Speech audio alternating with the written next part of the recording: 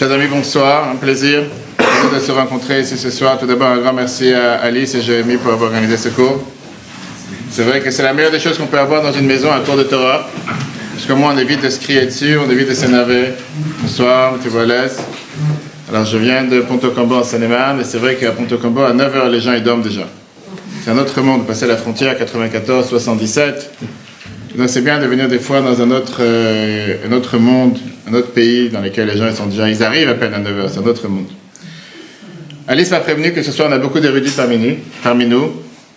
Et donc on va échanger ensemble sur la fête qui approche. On est à moins de 30 jours de la fête de Pessah. Tout le monde a reçu les feuilles pour l'examen.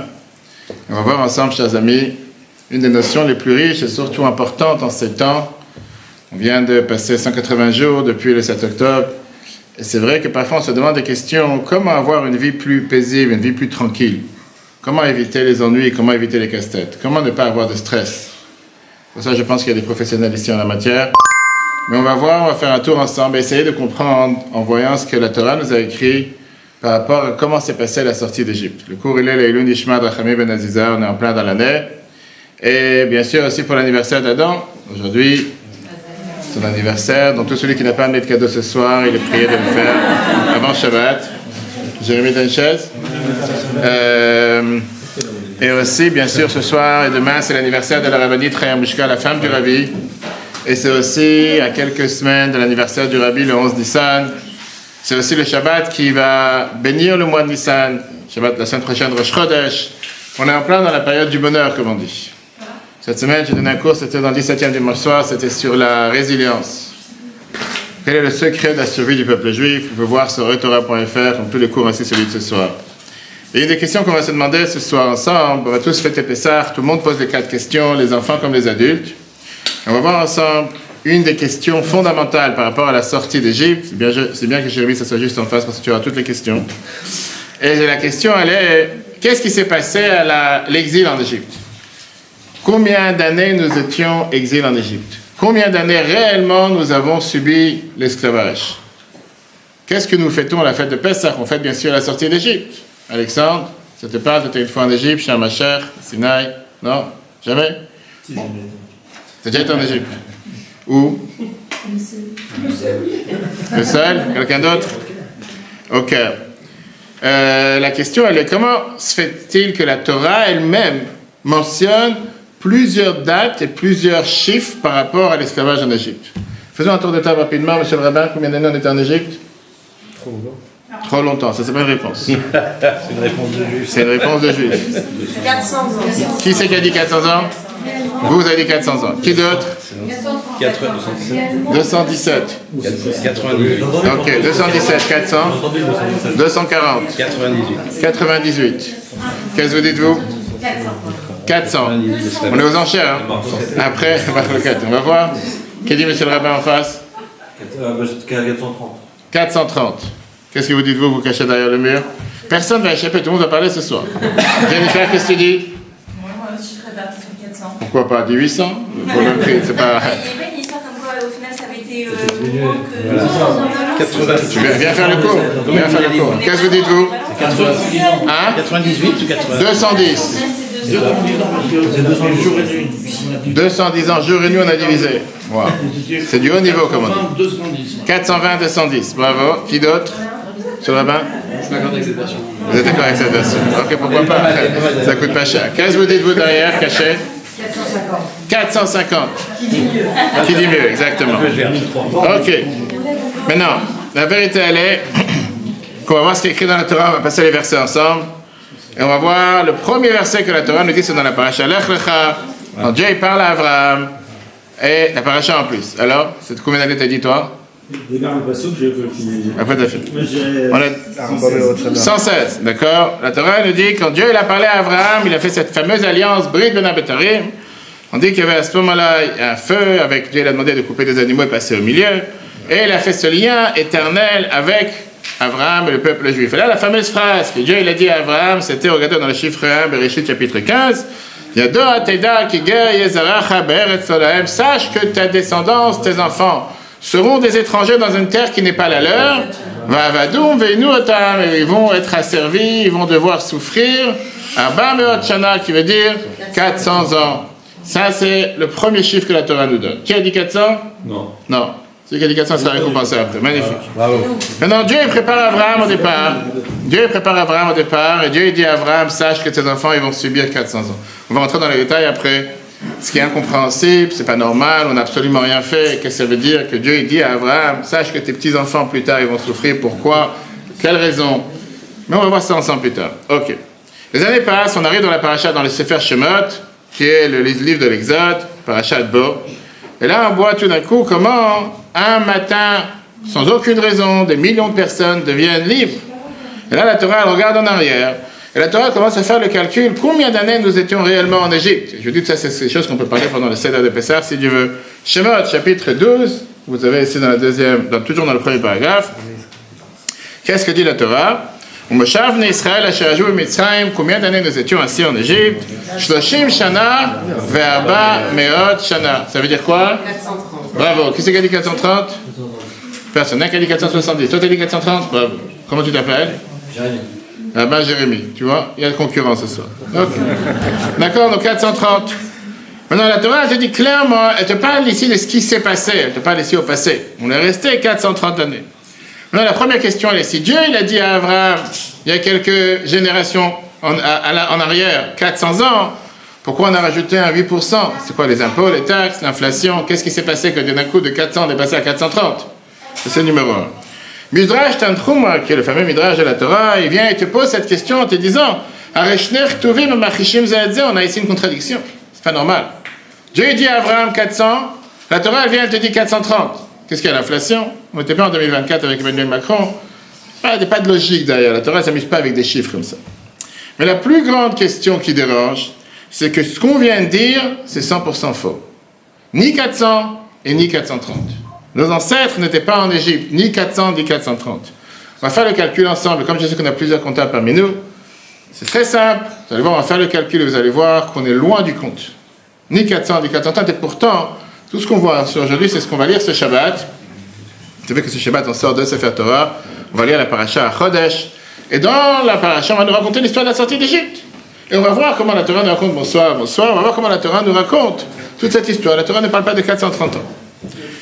Prenons l'exemple de la famille de Moshe. La famille de Moshe, bonsoir, la famille de Moshe, qui est celle qui était la plus connue. La paracha Vayigash, on nous dit que Kehat ben Lévi, le Kehat, le fils de Lévi, est descendu en Égypte avec 70 âmes, 70 personnes. D'accord. Après ça, on nous dit qu'Abraham, il a donné naissance à Moshe. Korach a vécu 133 ans. Abraham a vécu 137 ans. Moshe, à la sortie d'Égypte, il avait quel âge? 80. Bravo, 80 ans. Ensemble, ça fait déjà 350.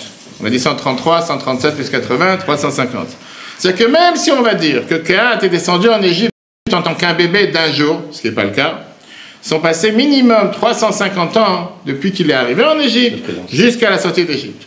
Maintenant, on sait très bien que Kehat n'est pas descendu en Égypte un jour, parce que sa petite sœur, qui était Yocheved, est née dans les murailles en rentrant en Égypte.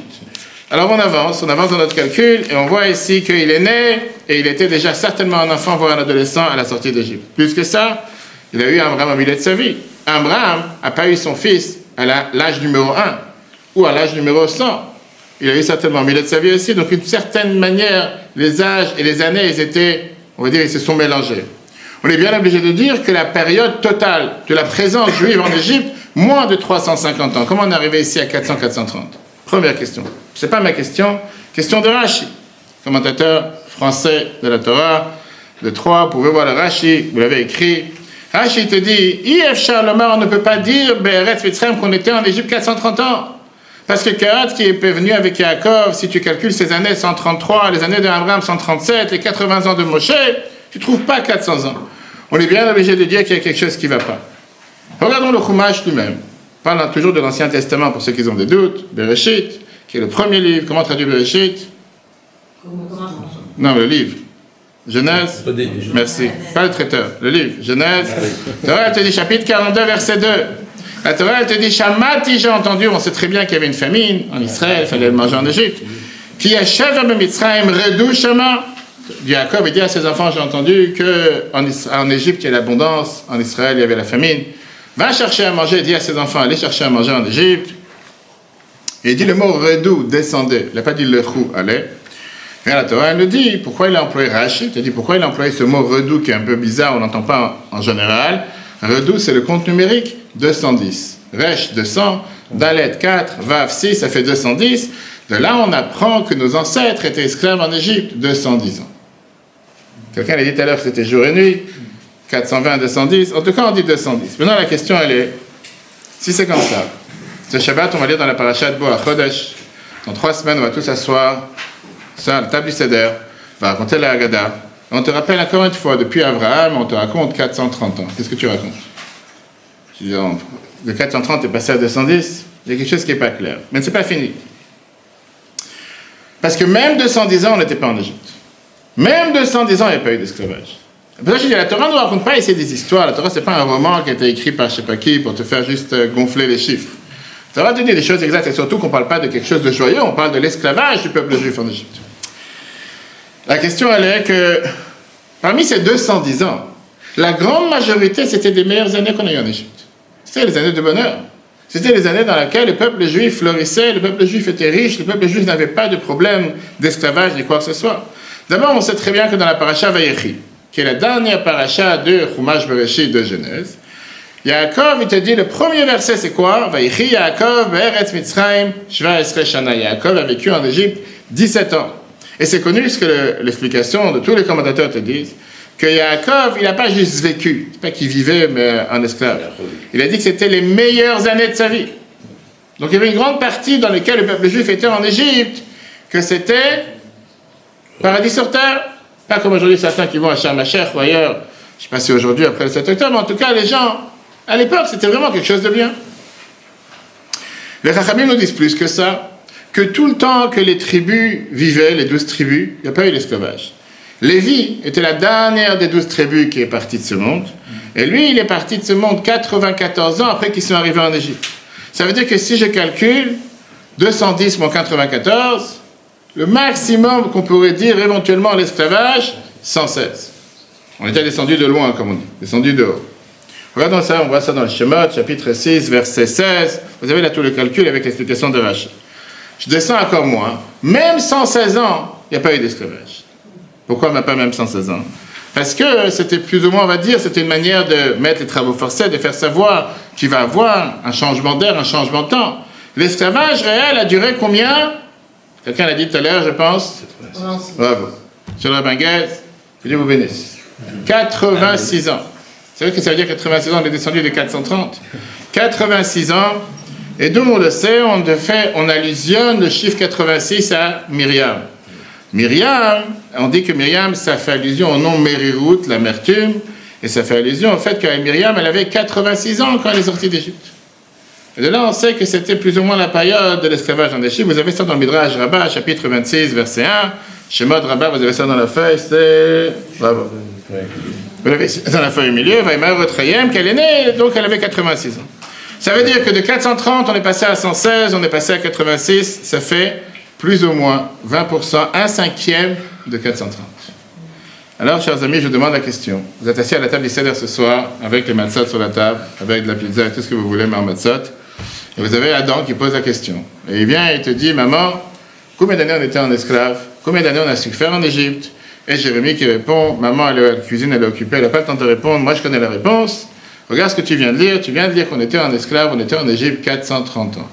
Et Adam qui est très intelligent, il te dit, écoute, c'est pas ce que la prof m'a appris à l'école, c'est pas ce que j'ai appris avec, je sais pas, avec mon grand-père, 86 ans. C'est quoi ce décalage? Encore une fois, la Torah n'est pas un jeu de mots. La Torah, mais la Torah, elle vient pour nous enseigner des leçons pour la vie de tous les jours. Et la Gemara elle-même, on va tout de suite voir la Gemara Megillah, page 9, qu'on vient d'apprendre à la progression de Purim, te dit que c'est un dilemme énorme qui a existé et qui a dérangé plusieurs fois les sages du peuple juif. On sait très bien qu'à une certaine période, les sages grecs ont demandé de traduire la Torah. Et Talmaï, il y a plus de 2000 ans, qui était le roi égyptien, il a demandé de traduire la Torah en grec. Et il a invité 70 sages du peuple juif. Il les a mis chacun dans une autre chambre. Il ne voulait pas qu'ils se communiquent, il n'y avait pas WhatsApp, il n'y avait pas ce qu'on appelle Facebook, il n'y avait pas tout ce qu'on veut, il n'y avait pas non plus de ChatGPT à l'époque, ça n'existait pas. Et il ne voulait pas qu'ils s'arrangent et ils se donnent des codes pour savoir qu'est-ce qu'il faut déformer pour pas qu'on dise qu'il y a quelque chose qui n'est pas vrai dans la Torah. Et Dieu, il a fait en sorte qu'ils ont eu ce qu'on appelle Ruach HaKodesh, un souffle divin qui a fait Ils ont tout fait pour qu'ils ne soupçonnent pas qu'il y a quelque chose qui est faux dans la Torah.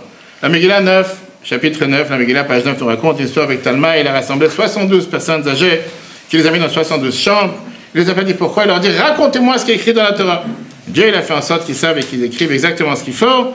Et eux, ils ont écrit, le peuple juif était en Égypte 400 ans. Maintenant, à la place d'écrire qu'ils étaient en Égypte 400 ans, vous voyez que c'est souligné en noir, ils ont rajouté Bishar Atzot Abamot. Ils étaient en Égypte et dans les autres terres 400 ans. C'est quelque chose qu'ils ont, si on peut dire, déformé, rajouté pour qu'ils ne soupçonnent pas, parce qu'ils savaient très bien que Talma n'était pas bête.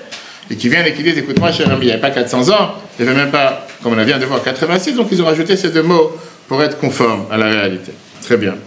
Maintenant, comme j'ai dit, ça c'était à l'époque parce qu'ils n'avaient pas le choix, ils avaient un roi qui leur forçait à venir raconter la Torah. Mais la réalité, c'est que c'est pas. Alors, avant de rentrer dans tous les détails, et surtout de comprendre, parce que la question qu'on a demandé tout à l'heure, c'est comment avoir une vie pénible, tranquille. Comment pouvoir vivre sans stress. Comment vivre malgré tout ce qui nous entoure, malgré les nouvelles que les gens entendent dans longueur de journée. On va rentrer après dans ça aussi, mais la réalité, elle est. Commençons à comprendre ce décalage qu'on a eu au départ entre 430 et 400. Première fois, on a vu c'était 400. Après, on est arrivé à 430. Si quelqu'un se rappelle, ça c'était le calcul qu'on a eu. C'était quoi ce premier décalage qu'on a eu, 430, 400? Il y a les commentateurs qui te disent que la réponse, elle est écrite clairement, puisque c'est écrit dans la Torah. La Torah ne te dit pas qu'ils étaient assis, Be'eretz Mitzrayim, en terre d'Égypte, 400, 430, c'est-à-dire dans la partie géographique qui retourne l'Égypte. Dieu, il a dit à Abraham, ils seront esclaves, Be'eretz Dolahem, dans une terre qui n'est pas la leur. Il n'a pas dit où. Ça peut être n'importe où. C'est pas écrit l'Égypte. Ça, c'est un des commentateurs qui vient et te dit, commence pas à faire comme si la Torah t'a parlé directement sur l'Égypte. La paracha de Bo, qu'on va lire ce Shabbat, et qu'on va lire aussi dans la Haggadah, on voit dans les chiffres 2 que vous avez dans la feuille, Shema 12, la Torah elle te dit, ils étaient installés Ben Mitzrayim, en Égypte, 430 ans. Et après la Torah elle te dit, Vaï Miketch le Shimshana, après au bout de 430 ans, Vaï Be'etzem Hayomazeh, ce jour-là, ils sont sortis, Me'eretz Mitzrayim. Et là on voit un changement. Au départ, la Torah elle te dit, ils étaient assis en Égypte, en large. Après elle te dit, la terre d'Égypte. Pourquoi tout d'un coup la Torah elle rajoute le mot la terre d'Égypte? Elle te fait ici une différence. Parce que d'un côté on te parle de la terre d'Égypte, qui était dans tout ce qui était la géographie égyptienne. C'était ni 430, ni 400, seulement 210. Bon, on a vu l'esclavage 86. Mais dans la psychologie égyptienne, dans l'idéologie égyptienne, là ils étaient plus environ 430 ans. Et là on commence à avoir un début de réponse. Mitzrayim en hébreu c'est quoi? Pas seulement une terre.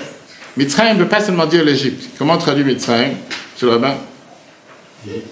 Égypte, quelqu'un d'autre? Dis-moi, tu connais pas, tu as entendu la terminologie Meitzar? Qu'est-ce que ça veut dire Meitzar? Hein? Enfermé. Enfermé, un peu plus? Quelqu'un a dit autre chose tout à l'heure? Je n'entends pas? Frontière? Meitzar, ça veut dire les frontières, c'est l'étroitesse, les barrières, les limites. Meitzar, ça veut dire quelqu'un qui est enfermé dans des barrières. Et on va tout de suite voir, sortir d'Égypte, c'est pas seulement géographiquement parlant, tu passes la frontière. C'est psychologiquement parlant. Hein? Israël, ça finit par. Ça commence par les mêmes lettres. Tout à fait. Alors pourquoi tu ne viens pas faire le cours? Non. Ok. J'étais en Russie, j'étais en 94, je raconte à chaque fois 94, 95, pour organiser des sdarim publics, c'était en Ukraine, Russie, 4 ans après la défaite du communiste officiel. Et j'étais en Ukraine pour organiser un seder public. On a l'habitude, en général, les élèves de la Yeshiva Chabad, on va dans tous les endroits où il n'y a pas de communauté organisée pour organiser des sdarim. Dans les 4 coins du monde, ça se passe aujourd'hui aussi. Je vous rappelle comme aujourd'hui, c'était 4 ans après le communiste officiellement, il n'y a plus de communistes. On a organisé des sdarim publics, on a organisé les offices. Il fallait voir des gens adultes, de 60, 70 ans, 80 ans plus. Et quand on marchait dans la rue, ils entendaient des pas derrière, ils se retournaient pour savoir s'il y a quelqu'un qui les suit. On parle de 4 ans après, officiellement, la chute du communisme, en 94. Je ne parle pas de comment c'était la prière, cette crainte, cette panique, avec quoi ils ont grandi pendant tellement d'années sous le communisme. Même si officiel, c'était déjà libre, on pouvait faire ce qu'on veut, il n'y avait plus de communistes dans la rue officiellement. Dans leur mental, c'était toujours enfermé, comme si on est toujours poursuivi. Pas encore sorti d'Égypte. Tiens, quelqu'un que Dieu nous en préserve, il a un problème de cœur, le docteur il a dit qu'il faut qu'il aille faire le bout du monde pour se faire opérer quoi que ce soit, et qu'il va avoir une anesthésie générale, et qu'il va être hospitalisé pendant 1 semaine ou 2, mais l'opération se passera dans 3 mois, il n'y a pas d'urgence. Il ne commence pas à paniquer quand il rentre dans le bloc opératoire. Il commence à paniquer aujourd'hui pour se dire qu'est-ce qui va se passer, comment il va savoir, il commence à avoir des problèmes de sommeil la nuit. toute cette période est considérée préparatoire pour l'opération. C'est exactement la même chose que la Torah nous dit par rapport à l'Égypte. Regardez ce que le Sifte Cohen, le Shach, nous dit, qui était un des grands sages de Tzfat de sa fête de 400 ans. Ashayashvu b'Mitzrayim, il dit, c'est pas écrit Be'eretz Mitzrayim en terre d'Égypte. Ela b'Mitzrayim milashon matzor. Matzor qui veut dire comme un enclave, une barrière, psychologiquement parlant, qu'ils étaient soucieux de la souffrance qui risque d'arriver, etc. Maharal de Prague, il y a 500 ans, qui était un des grands ancêtres du Rabbi de Lubavitch, Admour Hazaken, etc., connu à Prague avec le fameux Golam, etc. Il te dit la même chose. Pourquoi on appelle les Shivat Mitzrayim qu'ils étaient en Égypte alors qu'ils n'étaient pas encore en Égypte, ils étaient Be'eretz Canaan en Israël? Leur but était de descendre en Égypte. Sans arrêt, ils pensaient à l'Égypte. Que ce soit par rapport à Yosef qui a été vendu, que ce soit par rapport à aller chercher à manger. Donc ils avaient ce contact direct avec l'Égypte. Et donc comme ça, on t'explique, la première partie, qu'en réalité, quand Dieu dit une terre qui n'est pas la leur, la terre de Canaan, à l'époque, était aussi pas la leur. On n'était pas encore arrivé en Israël, être sur notre terre, c'était aussi pas la leur. Et donc, Dieu l'a calculé comme ça, ces premières 400 ans. Très bien. Avec ça, on a répondu la première partie qui est 400 ans, 430.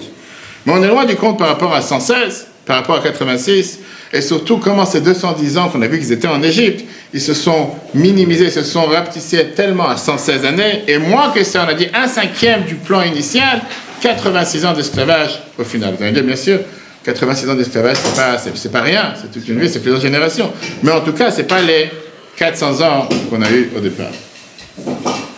Avant de répondre à ça, et surtout, on va voir deux autres points qu'on a dans la table du Seder. Quels sont, si je demande à n'importe quelle personne ici présente, les deux mitzvot principales? On a 7 mitzvot le soir du Pessah. Quelles sont les deux mitzvot principales que nous avons le soir du Seder? Ça, c'est pour toi. Lire la Megillah, lire la Haggadah. Je pense que c'était encore avec Purim. J'étais bien concentré de Purim. Bravo. Lire la Megillah. Ok, lire la Haggadah, très bien.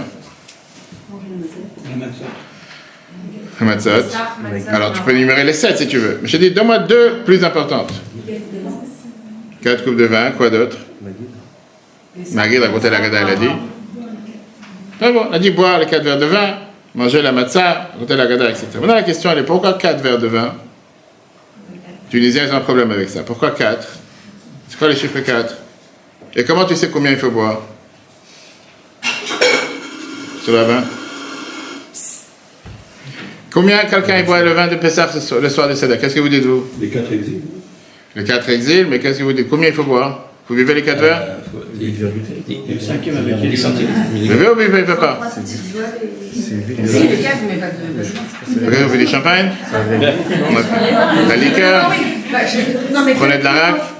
quelle quantité? Quelle quantité? Bah oui. Et il y a 10 centilitres. Une seconde, qu'est-ce que vous buvez? Dites-moi. Peu importe. Combien? Ah, je sais pas ça. C'est quoi ça? Vous montrez sur un verre. C'est Non, je pense que c'est 20 centilitres. 20 centilitres. Qu'est-ce que vous dites, vous? 25. Pourquoi pas? Pourquoi pas 26 déjà, si tu donnes? Ok. Combien? Un révite. Combien il faut boire? Qu'est-ce que tu dis, toi, monsieur le rabbin? Aucune idée. T'as jamais fait Pessah? Il boit pas. Qu'est-ce que tu bois, Pessah? Toi, tu bois ce qu'on te donne. Tu t'endors. Et quelqu'un, il vous demande, qu'est-ce que je dois boire? Quelqu'un vous appelle la veille de Pessah, comme les questions qu'on reçoit en tant que rave régulièrement, les gens t'appellent, je ne parle pas seulement des gens avec des problèmes de santé. Quelles sont les quantités minimum qu'on doit boire? Qu'est-ce qu'il faut boire le soir de Pessah? J'ai tel et tel vin, j'ai tel et tel problème de santé, le docteur m'a interdit. Quelles sont les quantités minimum? Qu'est-ce qu'il faut boire pour faire la mitzvah? Oublions Pessah, passons Kiddush Shabbat. Vous faites Kiddush le vendredi soir, samedi. Combien il faut boire de vin? Combien vous buvez? C'est-à-dire, dévoilez à tout le monde une bouteille, 2 bouteilles. Ah, combien? Oui, mais d'où on apprend ça? Qu'est-ce que ça veut dire d'avoir un révit? Chai la vie. Quel rapport avec Chai maintenant? 18 quoi? 18 verres? 18 centilitres. 8 centilitres. Ouais, 8, 9 quoi. 8, 9, 18. Oh, Hachem, c'est les juifs, il n'y a pas de limite. Juste vers le vin, vers, boire, on mange. Tout a une source, chers amis, c'est ce qu'on va voir ensemble ce soir. Regardez. Pourquoi on boit 4 verres? Alors, bien sûr, comme a dit, comment vous appelez? Le rabbin Chai a répondu que c'est à cause des 4 exils. Alors, la Torah nous fait allusion, la Torah mentionne justement 4 différents termes qui font allusion à l'exil. Ve'otzeti, je vous ai fait sortir. Ve'itzalti, je vous ai libéré. Ve'laga'alti, je vous ai sauvé. Ve'lakarti, je vous ai pris. Ça, c'est la raison pourquoi on a 4 verres, et après on verra pourquoi les 3 matzot. Mais pourquoi on n'a pas dit qu'on prend 4 feuilles de salade? Pourquoi on n'a pas dit pourquoi on ne prend pas 4 feuilles de, je sais pas, 4 cuillères de réfort, ou 4 comme chez les Ashkenaz, etc. Torah Chaim, de Rabbi Ephraim Chaim Shor, on va tout de suite voir. La Gemara Choulin 91, un des grands rabbins de Galicia qui était en Pologne, il vient et il nous raconte justement, il y a 400 ans, Rabbi Avraham Chaim Shor, en Torah Chaim, il te dit que kos, qu'est-ce que ça veut dire kos en hébreu? Un verre. Un verre, le compte numérique c'est quoi? Chaf c'est 20, Vav 6, Samer 60, 86. De là on apprend que pour être quitte de la mitzvah, des kiddush ou quoi que ce soit, il faut boire 8 centilitres 6. 8.6. Ça c'est le compte. C'était pas loin, il y en a qui ont dit 18. Les juifs toujours faire durable, toujours doubler. Mais 8 centilitres c'est minimum et c'est pour ça. Alors ça c'est des verres de 20 centilitres. Vous savez que ça existe, qu'on a au Betravad, quand je donne aux prisonniers, parce que je suis revenu des prisons, etc., quand on donne aux détenus ou quoi que ce soit, même dans les hôpitaux, on a des verres de 10 centilitres. Des verres de 10 centilitres, c'est en général minimum syndical, on va dire. Après, on rentre pas dans les détails, 20 jus de raisin, mais minimum 10 centilitres. Et quelqu'un qui ne peut pas boire plus, il n'a pas un devoir de prendre des verres de 20, 30, 40 centilitres, et ça existe. J'étais à un mariage avant-hier à Bobigny, sous la choupa, ils ont pris un verre qui fait certainement 2 litres de vin, même la bouteille entière. Et le rabbin, il voulait absolument, il fallait remplir le verre. Je ne sais pas c'était quoi le but qu'il voulait, il y avait 200 personnes pour que chacun boit un peu du verre. Mais il n'y a pas lieu d'avoir un tel verre sur la table du Seder, si quelqu'un il veut boire, pourquoi pas, mais en tout cas, le minimum, 8 centilitres, c'est là qu'on apprend. D'accord? Alors, au départ, on te dit que le peuple juif devait avoir 430 ans de quoi? D'esclavage. Et Dieu, il a diminué à 1/5, ça fait 86. Dieu, il a fait en sorte qu'ils n'ont que 86 ans d'esclavage et pas plus. Vous avez ça dans les chiffres 3. On va passer le temps, parce qu'on traduit, vous pouvez le lire après. Maintenant, le parasha Vayigash, qui est juste avant, dans la Genèse, nous raconte le moment où Yosef s'est finalement dévoilé à ses frères. Yosef s'est dévoilé à ses frères, et Yosef, il a dit la fameuse phrase, Ani Yosef, je suis Yosef, Aod Avichai, est-ce que mon père est encore vivant? Yosef, il demande à ses frères, une fois qu'il s'est dévoilé, tout le monde connaît l'histoire, il a été vendu, et il a dit, venez, allez montrer à papa que je suis encore en vie, et ramenez-lui des cadeaux. Vous pouvez passer les plateaux, vous pouvez manger, hein, bien sûr. Bravo Jérémy. Comme je dis dans tous les cours, les gens ils mangent comme ça, moi ils parlent pas. Mais là ils parlent pas même sans manger. Vous pouvez manger. Mangez, servez-vous avec grand plaisir, pourquoi pas. Et vous aussi servez-vous. Oui, bien sûr, mais on peut faire les danses. C'est difficile. Oui. Donc Yosef il vient et qu'est-ce qu'il décide? Pour montrer à son père comme quoi il est vivant et qu'il est toujours juif et qu'il est toujours pratiquant et qu'il n'a pas oublié ce qu'il a appris. Yosef il a envoyé des cadeaux à son père. La Torah nous raconte que Yosef a envoyé des cadeaux à son père. Et qu'est-ce qu'il a envoyé? Il a envoyé à son père 10 ânes avec toutes les bontés qui existent en Égypte. Pour toi qui es parti en Égypte, qu'est-ce que tu as ramené comme cadeau à André? On ne dirait pas à voix haute. Tu n'as rien ramené. Tu n'étais pas encore avec Audrey. Ah, c'est pour ça que tu as invité, d'accord. Qu'est-ce qu'il y a de bon en Égypte, chers amis? Qu'est-ce qui pousse en Égypte? C'est reconnu, qu'est-ce qu'il y a? Hein? De l'eau. Non, des légumes, des fruits. La Torah te dit que il n'y a pas qu'en Égypte. Si tu vas chercher quelque chose de particulier, tu as des dates partout, il n'y a pas qu'en Égypte de dates. Ouais. Mais la Torah te dit, Rashi te dit qu'il a emmené toutes les bonnes choses qui existaient en Égypte. Il n'y avait pas tous ces plateaux. Mais Rashi te dit deux choses. Yain Yashan, du vieux vin, que c'était du vin qui a maturé énormément de temps en Égypte. Et le Midrash, il vient et te dit Grissim Shel Paul, il te dit des pois chiches, avec lesquels on fait du hummus. On va savoir si c'est pas de là que les Israéliens ont inventé le hummus, etc. Et c'était, on va dire, le manger national, ça a toujours existé dans la Méditerranée, que les gens mangeaient du hummus, etc. Maintenant, moi je vais demander une question sincère. Un enfant qui n'est pas été chez lui à la maison pendant 22 ans, qui a disparu de chez ses parents, et qui décide de donner un cadeau à son père, finalement, qui revient maintenant à la maison. Je te garantis que si tu envoies à ton père un paquet de hummus que tu as acheté à l'aéroport à Ben Gurion, je ne sais pas s'il va être content en se disant j'ai pas vu mon fils 22 ans et la seule chose qu'il a trouvé à me ramener c'est une pot de hummus. Alors même si à Ben Gurion ils sont bons à te vendre, tu achètes deux, tu en as deux gratuits et tu as 500 grammes et 1 kilo de hummus. Ils sont très forts. Les gens, la vérité, c'est ça que tu ramènes en tant que cadeau. Tu es parti en vacances, tu reviens, tu achètes un pot de hummus. Et pas seulement ça. La terre d'Égypte n'est pas connue pour avoir des vins de Bordeaux ou des vins de Californie ou des vins du Golan. Je ne pense pas qu'il y a des vins locaux en Égypte. Surtout pas des vins de qualité. Et c'est quoi cette histoire que Yosef, il envoie à son père? Il lui envoie une bouteille de vin, il lui envoie des tonneaux de vin et il lui envoie des grains de hummus, des grains de pois chiches pour faire avec ça, qu'est-ce qu'il va faire? Du hummus encore. Imaginons-nous un instant qu'on doit donner un cadeau au rabbi. Je me rappelle dans les dollars du dimanche, j'ai eu la chance de passer des dizaines de fois, c'est pas des centaines de fois. Et des gens sans arrêt venaient ramener au rabbi des cadeaux, des choses qu'ils ont fabriquées, des montres, des choses qu'ils ont... Pour offrir. Mais toi, tu viens voir quelqu'un que tu aimes beaucoup, quelqu'un d'important, et tu l'amènes un pot de houmous. Tu dis, écoute, je t'ai amené quelque chose, alors tu vas dire, j'ai amené un pot de houmous libanais. C'est pas vraiment le cadeau qu'on donne à qui que ce soit. Le chida, Rabbi Chaim Yosef David Azoulay vient et nous donne une réponse. Et il te dit que Yosef, il savait très bien que son père, il connaissait la douleur que son père il avait, le fait qu'il est parti de la maison de son père. Pour consoler son père, il lui a envoyé du vieux vin. Et Yain Yashan, vieux vin, c'est le compte numérique 430. Yain, c'est 2 fois 10, c'est 50, ça fait 70. Yashan, c'est 10, Shin, 300, Nun, 50, ça fait 430. Yosef, il vient et lui dit, sache une chose, même si depuis le départ, ça avait été prévu qu'on devait rester 430 ans d'esclavage, il n'y aura pas 430 ans d'esclavage, ça c'est numéro 1, l'allusion qu'il va lui faire passer. Paul, en hébreu, c'est pas le nom Paul, mais Paul en hébreu veut dire un grain de pois chiche, Paul Garous, c'est le compte numérique 116. Il vient et fait allusion à son père en lui disant que oui, les 116 ans depuis que Lévi est décédé, jusqu'à la sortie d'Égypte, ça sera aussi pas les 116 années d'esclavage qu'il y aura en Égypte, c'est pas forcément ces années-là qu'on va rester en Égypte. Ça, c'est le chida. Mais encore une fois, avec ça, on n'a pas répondu à la question comment au final, de 430, 400, 210, 116, on est arrivé à 86. Et on va voir aujourd'hui, ce soir, ensemble, une merveilleuse réponse que Rabbi Dubavitch nous a donnée, qui est très riche pour comprendre comment dans la vie on peut être heureux. Comment dans la vie on peut éviter de se faire des soucis, éviter de se faire des problèmes. Comment, malgré n'importe quelle circonstance, alors on ne parle pas maintenant de la résilience, c'est le cours de dimanche soir, vous pouvez voir sur etora.fr, on parle de comment, malgré n'importe quelle situation dans laquelle une personne se trouve, savoir ouvrir les yeux, regarder les choses de manière différente.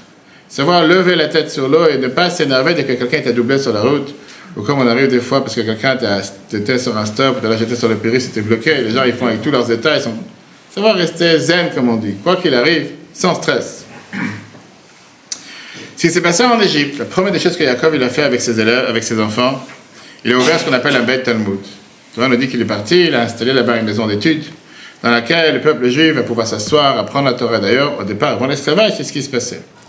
Et la Gemara nous raconte que pendant toutes ces années-là, les Shvatim, les tribus, ils se sont fatigués avec ce qu'on appelle ce joug de la Torah. Ils se sont fatigués en étant pas forcément mélangés dans tout ce qui était les travaux forcés et l'esclavage, mais ils étaient en train d'apprendre la Torah, comme c'est écrit dans les chiffres 4, la Mishnah de Avot, Maxime de nos Pères, chapitre 3, verset 5. Quand la Mekabel ala vol Torah, tout celui qui accepte sur lui le joug de la Torah, Dieu il lui fait passer de lui Ol Malchut vol Echer, et il n'a pas le joug de la royauté et tout ce qui est les travaux forcés, etc. Vient le Zohar, volume 3, page 153, et te dit qu'est-ce que ça veut dire qu'ils étaient amers? Vaïmar ou Etrem avec la Torah? Parce qu'il n'y a pas ça qu'ils ont fait la Torah, les mitzvot. Je ne cache pas que, on vient de fêter la fête de Purim, le peuple juif c'est le peuple le plus bizarre, dans laquelle à chaque fois quand on demande de faire une mitzvah la plus compliquée, ils sont tous prêts à le faire. Kippour, il n'est pas un juif qui n'est pas Kippour. Tu dis Purim, fais Mishlach Panot, échange 2 mets, 2 gâteaux avec un autre ami, qu'est-ce que tu prends la tête? Laisse-moi tranquille, c'est trop facile.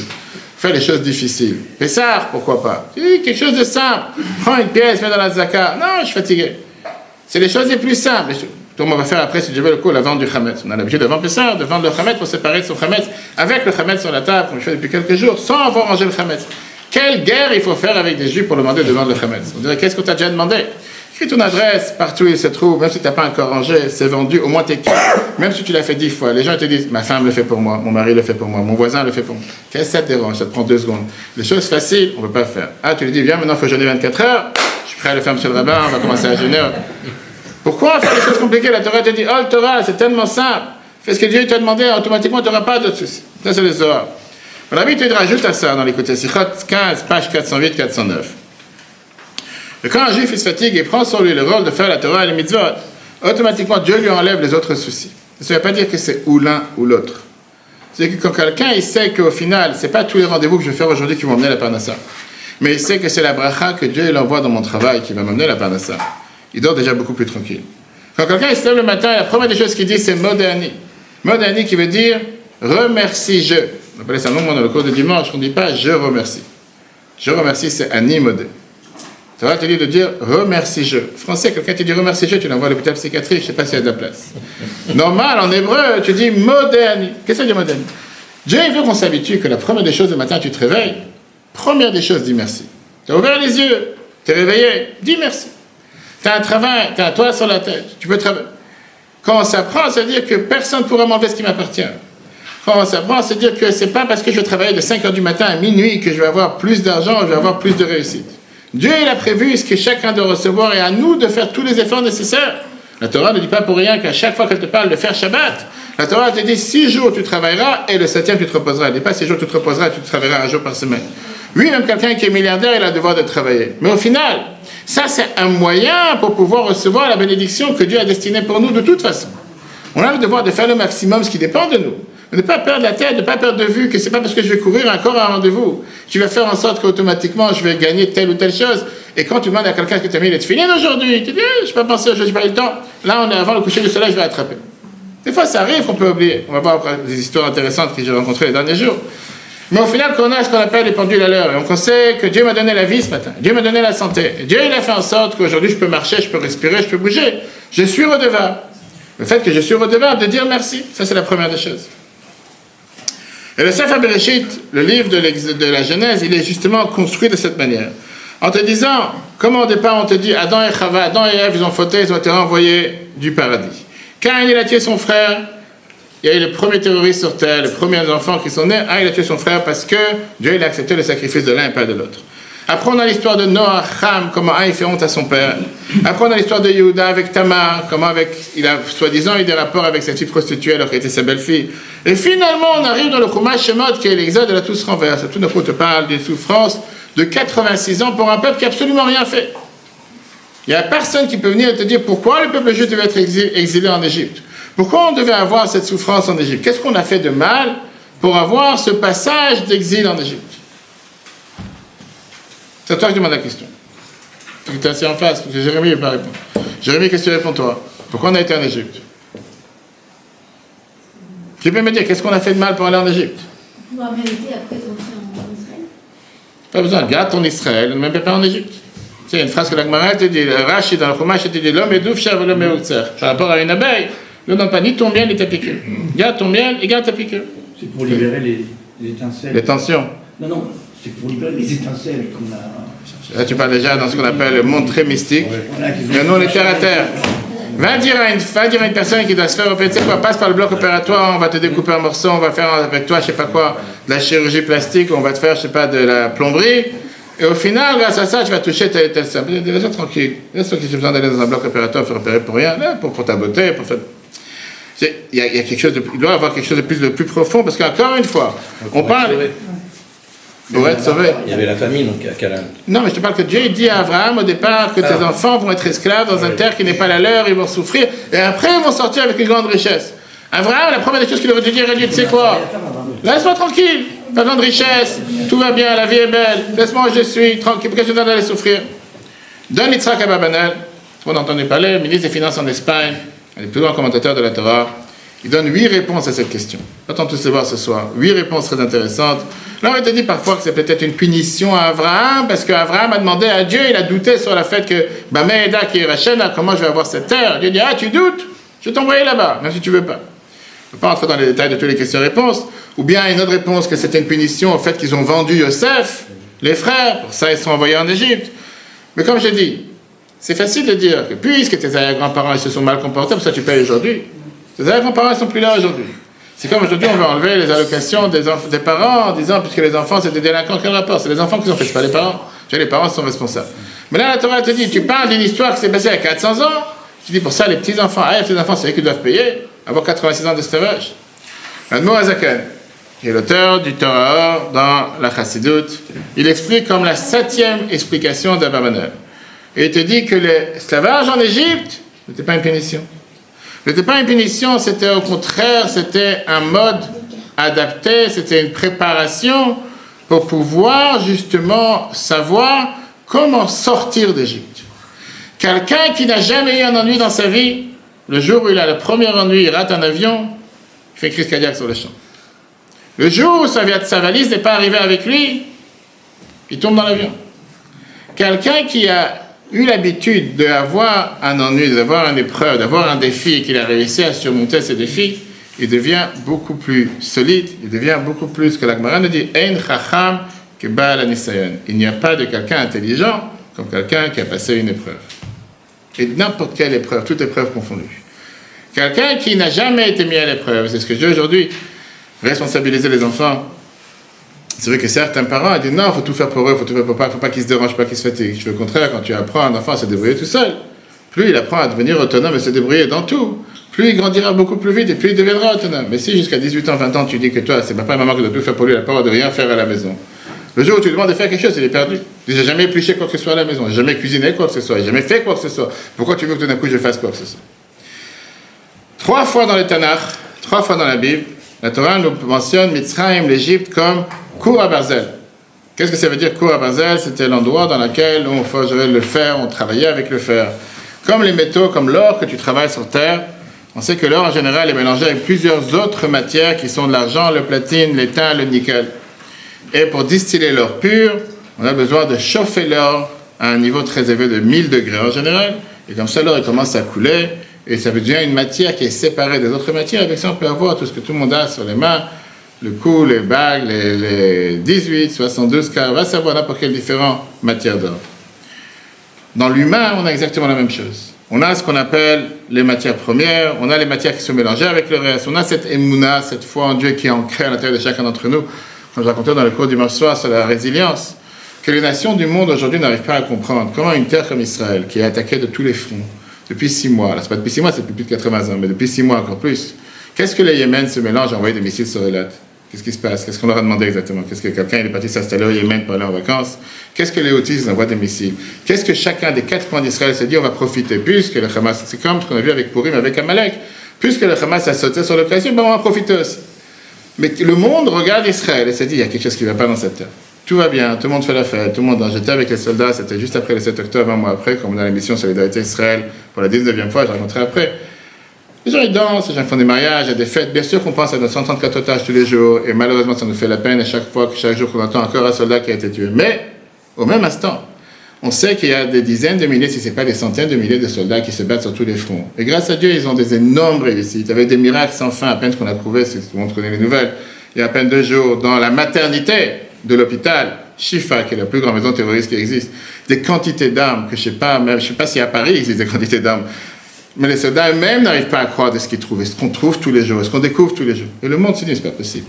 C'est pas possible qu'un si petit pays, avec une si petite armée, qui se fait attaquer de tous les fronts, et la vie continue, comme si rien n'était. Est-ce que ça, c'est pas ce qui s'appelle la résilience qui tient et qui fait durer le peuple juif? L'endurance que malgré toutes les difficultés, depuis 3000 ans d'histoire, alors que tellement de peuples ont essayé de tout faire pour nous anéantir, pour nous abattre, on vient de fêter Purim, 2500 ans à Amalek, on n'y a rien demandé, qu'est-ce qu'il est venu sur la trajectoire, il est venu se mélanger, et néanmoins, on réussit à être présents. Tous nos ennemis sont peut-être sur Wikipédia une demi-page et un corps, et c'est écrit dans les commentaires complétés les informations sur les Grecs, les Roms, etc. Et le peuple juif est toujours présent. Et ça, c'est le secret de pourquoi on est passé en Égypte. Parce que pour pouvoir arriver vers Matan Torah, qui était le don de la Torah, Dieu a demandé au peuple juif, on a le devoir de se préparer comme n'importe quel aujourd'hui soldat, comme vous avez vu, n'importe quel soldat d'élite qui se prépare avec les unités d'élite, qui doivent travailler parfois pendant 1 mois, 6 mois, 1 an de préparation à ramper dans la boue, sous des grillages, sauter par des murs, sur des cordes. Les choses les plus atroces, c'est quand je parle avec les soldats de Tsahal, les plus belles unités, ils te racontent des fois qu'ils craquent au milieu. C'est pas possible. Il y en a beaucoup qui n'arrivent pas à arriver jusqu'à la fin. Mais quand tu leur demandes au départ, tu es sûr que tu es prêt, tu es sûr que tu as envie de faire un tel, pas un sacrifice, un tel effort, ils savent c'est quoi le résultat à la fin, pour faire partie des unités d'élite. Mais pour ça, il faut travailler dur. Pour ça demande énormément de sacrifices. Et ils savent qu'au final, à la fin, ils vont recevoir ce fameux béret, ce fameux kouta, comme on appelle. Mais la réalité, c'est que ça passe par énormément de sacrifices, énormément d'efforts difficiles, et que pas tout le monde est fait pour pouvoir. Là, Dieu il a voulu préparer le peuple juif en disant, tu sais quoi, le peuple juif va, à travers toute notre histoire, va subir, va avoir des difficultés. Et ce n'est pas forcément des difficultés qu'on a cherchées ou qu'on fait, c'est des difficultés qui sont parfois imposées. Et pour pouvoir les surmonter, on doit passer par cette période qui était la période de l'Égypte. Comme on dit une maman qui doit accoucher après 9 mois de grossesse, qu'elle sait que tôt ou tard, va passer un moment dans lequel il va avoir l'expulsion, qui est le moment qui fait mal, même avec l'épidural, même avec tout ce qu'on veut. Au moment, ce n'est pas des moments, je ne suis pas une femme, et grâce à Dieu, j'ai la chance d'avoir des enfants. Et on sait que c'est un moment difficile. Et je ne pense pas qu'une maman va dire, je suis prêt à avoir un enfant, être enceinte, sans passer par ce moment-là. Par où tu veux qu'il soit l'enfant? Par où tu veux qu'il se passe? Même l'intelligence artificielle, elle n'a pas encore inventé des moyens, des techniques qui peuvent se passer, qu'il n'y a aucune douleur ni quoi que ce soit. Alors quand on demande à quelqu'un quelles sont les vraies valeurs dans la vie, qu'est-ce qui fait en sorte que tu peux tenir debout malgré n'importe quelle difficulté? La Mishnah nous dit, dans Pirkei Avot, qu'on se demande à chacun d'entre nous d'être comme un roseau et pas comme un cèdre. Quelle différence entre un roseau ou un cèdre, Alexandre? Je sais que tu es agriculteur, tu travailles dans la forêt. Roseau. Un roseau et un cèdre. Il plie mais il casse pas. Il plie. Mais il casse pas. Quoi d'autre? Comment tu t'appelles? Julien. Qui d'autre? On a dit ici, le roseau, il se plie, comme le corps. Alors que l'autre, il se casse. Magnifique. Le roseau, il est capable, c'est pas comme les bâtiments de Tokyo ce matin, le roseau, il est capable de se courber avec n'importe quel vent. Mais il remonte après, une fois que le vent il est passé, il est redevenu droit. Le cèdre, il est peut-être très fort, très solide. Mais Dieu nous en préserve, une fois qu'il y a un vent qui est passé, il est tombé, il n'est plus là. Et c'est pour ça que la Mishnah, elle te dit, le Olam, il y a un Amrach, Kakanel, de la Torah, elle te demande à chacun d'entre nous d'être tendre comme un roseau. Un des shluchim du Rabbi en Amérique, à Minnesota, il s'appelle Moshe Feller. Aujourd'hui, il est déjà âgé, je me rappelle de lui, il m'a raconté une fois une histoire. La première fois qu'il est parti à Minnesota, c'était dans les années 70. Après, je vais raconter une histoire avec Rudy Bashevitz, le sénateur américain, avec la Matzah. Mais en tout cas, il a demandé conseil au Rabbi la première fois, avant d'arriver en shlichut à Minnesota, en demandant comment réussir dans ma mission. Conseil général. Le Rabbi lui a donné une phrase. Le Rabbi, sache que dans la vie, il faut savoir être flexible. Pas comme le flexible qu'on a pour l'électricité, c'est presque la même chose. Être flexible. Flexible, ça veut dire, c'est quoi? Des fois, tu peux préparer un cours sur un sujet. Des fois, mais il y a des fois des circonstances dans la vie que tu dois savoir. Tu ne peux pas être rigide. Ça, c'est la différence entre un roseau et entre... À quoi servait l'esclavage en Égypte? L'esclavage en Égypte, c'était justement pour apprendre au peuple juif, savoir être comme un roseau. Avec les difficultés, il y aura des difficultés. Et il y en a eu depuis la période d'Égypte jusqu'à aujourd'hui. Et ça sera terminé comme un chien sera là. Celui qui pense un jour que l'antisémitisme va disparaître, il faut qu'il change de planète. La Gemara nous dit que depuis qu'on a reçu la Torah au Mont Sinaï, il y a eu la haine du juif qui a été créée. C'est ça qui nous envie. Quel pays sur Terre peut être capable de recevoir des bombes et des missiles à longueur de journée sur la tête, et comme si rien n'était? Vous pouvez avoir des missiles sur la tête? C'est jamais. J'étais le 14 novembre sur la bande de Gaza. Je pense que vous avez vu le film, je vous ai envoyé le clip. J'étais dans 4 bases militaires. C'était un mois après. Chaque année, on a à Rabat Sanéma, on a la mission Solidarité Israël, on offre des tefilines aux soldats, des grillades, etc. On n'a pas attendu la guerre pour le faire. Mais cette année, on devait aller au mois de mars. Et les commandants m'ont appelé en me disant, après ce qui s'est passé, viens maintenant, c'est maintenant que les soldats ont besoin, renforcer, etc. On a eu des grillades organisées pour 750 soldats, les distributeurs de paires de tefilines, il fallait voir la joie et les danses. Il y a le clip, tout le monde peut la voir, allez, celle-là, Audrey. Un mois après. J'étais à première base, c'était Machane Iftar. Machane Iftar, c'est à côté de Zikim. Pour ceux d'entre nous qui ont visité Gaza et qui sont partis se promener là-bas, dans les kibbutzim, c'est juste la frontière. C'est vraiment, les grillages de la base, ils sont dans Gaza. On a vu les grillages découpés, c'était juste un mois après. Et la base militaire qui est juste de l'autre côté. Dans cette base, on est passé voir les Tatzpitaniyot, les fameux soldats qui sont dans le bloc en ciment dans lequel ils ont les écrans pour voir ce qui se passe dans Gaza. Dans cette base-là, tous ces soldats ont été sauvés. C'est un miracle. Dans l'autre base, à Nachalos, qui est à quelques centaines de mètres, malheureusement, ils ont tous été tués ou capturés, etc. Mais dans cette base, ils ont été sauvés. Ils nous racontaient, on était dans la chambre où il y a les écrans, on était avec eux. Comme quoi, ils ont vu les terroristes rentrer, il y a eu des combats pendant 3 heures, etc. Pourquoi je raconte tout ça? Parce que pendant qu'on était là-bas, ils nous ont dit, dès qu'on est rentré dans la base, que si jamais il y a Tseva Adam, il y a l'alerte rouge, avec les missiles qui tombent, il faut courir sur l'abri. Là, il est l'abri, on court avec les soldats, il faut courir ensemble. Donc, on a commencé à mettre les grillades en route. Et c'était 1h d'après-midi, et il y a les soldats qui rentrent des jeeps qui reviennent de Gaza aller-retour. Et tout d'un coup, on entend, Tseva Adam, c'est juste pour nous tester, voir si on est capable de courir. T'as l'alerte rouge qui arrive, et là, tous les soldats commencent à courir sous la migounite, sous le bloc en ciment dans lequel on se protège. Moi, je cours avec les soldats, avec ma femme, ou quoi avec les soldats. Dans la barre, on entend les boum boum dans l'air. Je parle avec une soldate à côté de moi de 26 ans. J'ai dit, dis-moi, c'est une vie? Est-ce que c'est normal de vivre comme ça? Moi, je viens de France, je suis libre 48 heures pour être là avec les soldats, danser avec eux. Mais eux, ils sont là tout le temps. Et la soldate me répond, avec les autres soldats autour, en rigolant. Avama, il me dit, écoute-moi une chose. Aujourd'hui, c'est ragoua. Aujourd'hui, c'est calme. Il y a quelques semaines, tu vois, ça tombait tous les minutes. Là, un mois, une semaine après, c'est tous les quarts d'heure. C'est calme. La vie est belle. On avance. Cette endurance, c'est grâce à nos ancêtres qui sont sortis d'Égypte. Cette capacité de pouvoir rebondir, cette capacité qui sont avec malgré les difficultés, malgré tout ce qui se passe, malgré ça, savoir rebondir à chaque fois, savoir pouvoir... Ça, c'est grâce au fait qu'on est passé par l'Égypte. Regardez comment le dernier paragraphe, dans l'écoute Sichot 1, page 5,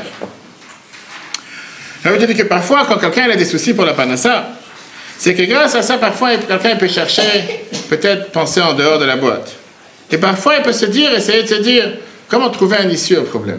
Quelqu'un qui n'est pas passé par un souci, pas forcément qu'il trouve un issue au problème. En tant qu'aumônier des hôpitaux que je fréquente tous les semaines, combien de fois je dis, quelqu'un qui n'est pas parti visiter un malade dans un hôpital, il ne fait pas forcément attention à la santé de la même manière que quelqu'un qui visite un hôpital ou que Dieu nous en préserve, quelqu'un qui a eu lui-même une maladie.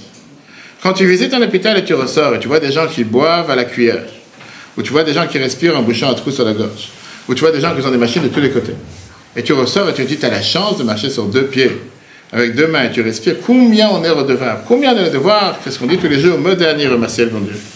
Alors qu'est-ce que ça veut dire cela pour nous dans la vie de tous les jours? Avant de terminer avec ce calcul, comme on l'a dit tout à l'heure, que la Bible t'explique que ce n'était pas forcément 430 ans d'esclavage, ce n'était pas fait pour avoir 430 ans d'esclavage. Voyons un autre calcul, un autre débat qu'on voit régulièrement par rapport à la sortie d'Égypte. Et encore une fois avec un chiffre qui nous dérange. Parce que la Torah, elle te dit que dans la paracha Béchalach, qu'on a lu il y a quelques semaines, et c'est la paracha qu'on lit le jour de Pessah, combien de Juifs, quand Pharaon il a renvoyé le peuple juif d'Égypte, Chamushim aloubne Israël meretz Mitzrayim. Peuple juif, ils sont sortis d'Égypte, Chamushim. Qu'est-ce que ça veut dire le mot Chamushim? Rashi vient et te dit, Mezouyanim, ils étaient armés. Armés pour se battre. Ça, c'était Chamushim. Très bien. Mais Rashi vient et te dit, c'est pas seulement le sens simple. On sait que dans la Haggadah, le soir de Pessah, on a tous l'habitude de verser le vin. Il y en a qui trempent le doigt dans le verre, avec les 10 plaies. Et là, on commence à nous raconter que quoi? Qu'en réalité, c'était 1/5 du peuple juif qui est sorti d'Égypte. Est-ce que c'est ce qu'on dit dans la Haggadah? Je raconte une... Il faut lire la Haggadah. Vous lisez la Haggadah une fois en français? Oui. Ça, c'est écrit. Merci. Tu es d'accord ou pas? Tu lis la Haggadah? En quelle langue? En français, parfois 1 ou 2 passages en espagnol. En espagnol? Pourquoi en espagnol? Parce qu'on vient de là-bas aussi. Magnifique. Et tu lis en français, tu lis la Haggadah? Le 2e jour. Et pourquoi pas le 1er jour? Comment tu fais le 1er jour? Avec l'hébreu. Pourquoi qu'en hébreu? Tu comprends l'hébreu? Le 2e jour, c'est... C'est plus cool. Là, c'est celui qu'on fait en Israël. Donc c'est plutôt pour les gens qui habitent pas en Israël, qui parlent pas hébreu. Et le 1er jour, mais tu comprends l'hébreu, tu comprends pas? Non, je comprends pas. Non, c'est du Tu veux écouter un conseil? Lis la Haggadah en français du 1er jour et 2e jour. Mets le En votre côté. hébreu aussi ou... En français. La France au français. Et en français, tranquille. Clairement, quelqu'un l'a dit tout à l'heure, une des mitzvot de la Torah, c'est pas une mitzvah des Chachamim. Une des mitzvot, d'ailleurs j'allais plus que ça, c'est, à part la mitzvah de manger la matzah, la seule mitzvah de la Torah que nous avons le soir de Pessah, c'est de raconter la Haggadah. Qu'est-ce que ça veut dire raconter la Haggadah? Parler en chinois? J'ai rien contre les chinois, mais si tu ne comprends pas, qu'est-ce que tu es en train de raconter? Tu vas parler dans la langue que tu comprends. Qui c'est qui a raconté? Vous dites dans quelle langue? En français. Maintenant en français. Ah d'accord, j'ai changé. C'est important. C'est pas, personne, je veux dire clairement, c'est tout le monde. Pourquoi lire en phonétique? Phonétique, c'est ni l'hébreu ni le français. Ça ne veut absolument rien dire. Et lire en français. Je ne parle pas des brachot. La bracha, on ne dit pas béni sois-tu l'Éternel, notre Dieu, qui t'a créé le vin, et tu bois le vin. On fait boré préagafen, pas grave. Mais je veux tout le reste. Il n'y a pas plus beau que lire en français, il faut participer tout le monde. Ça, c'est une parenthèse. En tout cas, on dit dans la Haggadah, et c'est pour ça que c'est important de lire en français, parce que c'est un paragraphe qu'on lit. Qui c'est qui devait s'occuper de la photographie, c'est toi? Ah. J'ai pris 2 photos. Ah, d'accord. Bon, elle a été attitrée pour la presse. Mais en tout cas, c'était quoi l'idée? C'était quoi l'idée? Qu'est-ce qu'on dit dans la Haggadah? 1/5. La vérité, je ne sais pas si ça va faire avec les Tunisiens. Combien de gens sont sortis d'Égypte? Combien le peuple juif est sorti d'Égypte? 600 000? 400 000? Qui c'est qui dit plus? Qui c'est qui dit moins? Hein? Combien de personnes en est sorti d'Égypte? Des hommes de... Hommes et femmes de plus de 8 ans. Hommes, femmes, enfants. Hommes, femmes, enfants. On ne comptait pas les vieillards et les enfants. Combien au total avec vieillards? Pourquoi c'est pas des vieillards qui ne comptent pas? Les seigneurs? 3 millions. 3 millions. 5 millions. 5 millions. 5 millions 500. Qu'est-ce que vous dites-vous? Plus. Vas-y. Qu'est-ce que dites-vous? Comme lui. C'est-à-dire, il n'a rien dit. Combien de personnes en est sorti d'Égypte? Qu'est-ce que vous dites-vous? C'est 3 millions. Combien de personnes? Hein? Avec les enfants et les 6 millions. vieillards. Alors regardez, au final on te dit au départ qu'on était, la Torah te dit 600 000 personnes. Mais 600 000 c'était seulement les humains, les hommes de 20 ans et plus. Maintenant il y avait aussi au moins 600 000 femmes, et ça c'était de 20 à 60. Maintenant, certainement que si on calcule 600 000 hommes, femmes et âgés qui étaient au-dessus de 60 ans, on peut facilement arriver à 1,8 million, 3 fois le calcul, d'accord? Si tu dis que minimum chaque famille elle avait 2 ou 3 enfants, tu sais qu'en Égypte ils accouchaient 6 enfants en une fois. D'accord? C'est ce que la Torah nous dit. Qu'est-ce qui se passe, Alice? Ne sursaute pas. C'est ce qui se passait à l'époque. En tout cas, on est arrivé à 3 600 000 minimum de calcul, d'accord? Quand tu me dis qu'il y a une avis qui te dit que c'était 20% du peuple juif, ça veut dire que 18 millions du peuple juif sont morts en Égypte. Si tu dis qu'il n'y a qu'un cinquième qui est sorti, donc après le calcul qu'on vient de voir, d'accord? Et ça veut dire en 3 jours, 14 400 000 après notre compte. Si tu dis que c'était que 2% du peuple juif, ça veut dire qu'il y a eu 180 millions du peuple juif, 176 millions sont morts. Bref, on parle ici des chiffres astronomiques qu'on n'a jamais entendu parler. Et tous les soirs de Pessah dans la Haggadah, on raconte tous la même histoire en disant qu'on est sorti un cinquième d'Égypte, etc. Et la question, elle est tout d'abord, c'est la plus grosse Shoah qui existe sur la planète. On n'en fait pas un monde de ça. On n'a jamais parlé de ça. Qu'est-ce que ça veut dire que tous les soirs de Pessah, on répète qu'on est sorti qu'un cinquième? D'après les calculs, quand tu dis un cinquième, tu calcules tout de suite. Ça veut dire quoi? Que des dizaines de millions de Juifs sont morts en Égypte? Ça veut dire quoi? Qu'une partie infime est sortie? C'est quoi ce miracle? C'est pas un miracle qu'on doit fêter les soirs de la sortie d'Égypte. En plus que le Midrash te dit que tout le peuple juif est sorti d'Égypte. Mais la question qui dérange, c'est plus que ça. Combien d'années on a dit qu'on était en Égypte, d'après ce qu'on vient de voir? Disons qu'on était au total 210 ans, on enlève l'esclavage, pas l'esclavage. Combien tu peux avoir des dizaines de millions de personnes d'être en 210 ans? Qu'est-ce qui se passe? C'est quoi? Des filles qui sont 20 enfants par fille. De quoi tu racontes? Il y a un moment, il faut être cohérent avec son... Et la troisième question qui dérange, où t'as enterré ces millions et des millions de personnes? De quoi tu parles? Les dizaines de millions de personnes qui ont été enterrées, c'est pas logique. En 1965, et avec ça on va terminer ce soir, le Rabbi donne une magnifique réponse. Le fabricant de Pessah, dans le discours de Pessah, le Rabbi te dit qu'en réalité, c'est la manière comment on regarde les choses. On sait très bien que les 4 fils qui sont présents à la table du Seder, on a le Chacham, on a le Racha. Le Chacham c'est l'intelligent, le Racha c'est celui qui est la mauvaise personne. Le Tam, celui qui ne s'est pas posé de question, le Tam, celui qui est simple, et le Sheino de Elishol qui ne s'est pas posé de question. Mais on te dit une fameuse phrase que le Rabbi précédent avait l'habitude de dire. Chacham, Mahu, Omer. Qu'est-ce que ça veut dire? Non. Quoi? Tu mets la virgule à l'autre endroit. Chacham, Mahu. Qui est un Chacham? Omer, tu peux le savoir en fonction de ce qu'il dit. C'est bien ça. D'accord? Différent de mettre la virgule séparément. Qui veut dire que quoi? Qu'au final, on doit réfléchir et se dire que quand tu es en train de lire la Haggadah, et tu dis qu'on est sorti un cinquième, et tu fais un calcul, parce qu'Adam t'a posé la question, on était 200 millions, 160 millions, peu importe, pas possible. Il faut bien... Rabbi te dit la réponse, elle est très simple. La question, c'est pas combien ils ont été vivants, et combien ils sont morts, et combien ils sont sortis. C'est pas ça le débat. Le débat, il est combien l'impact des croyants dans la sortie d'Égypte a réussi à influencer tout le reste du peuple. Tout le monde est d'accord que le peuple juif est sorti d'Égypte. La Mishnah de Midrash te dit, Kol Tzivat Hashem Yatsu, on est tous sortis. Très bien. Sinon, il n'y a pas de quoi faire une fête. C'est un deuil plus qu'autre chose. C'est un deuil national. Mais les Chachamim débattent combien le miracle était puissant. Le Midrash était débat, est-ce que c'était tout le peuple qui a été emmené par cet élan de vouloir se sortir de l'Égypte, ou une partie? L'extrême avis, c'était quoi? Que seulement 2/10 ont cru à ce que Moshe il a dit. Tu veux dire 99,8% du peuple juif s'est dit on n'y croit pas. On ne va pas y arriver. Pharaon, on est esclave éternel. Il pensait que le Satan il est puissant, on ne va jamais sortir, et où on va aller? Dans le désert qui est grandiose. Comment on va sortir des millions de personnes dans un désert sans manger, avec la chaleur? On ne va pas y arriver. Maintenant, ces 2% qu'on vient de voir, ces 2/10, ne se sont pas émus du fait que la majorité ne croyait pas à la parole de Moshe, au miracle. Ils se sont dit non, on vient de voir les 10 plaies, Dieu ne va pas nous abandonner dans le désert. Celui qui nous a protégés jusqu'à maintenant, il continuera à nous protéger. Deuxième avis, c'est l'avis qui rajoute en te disant que non. Oui, c'est vrai qu'il y avait plus que ça, il y avait 2% qui ont cru, mais néanmoins, tu as encore 98% qui n'ont pas cru.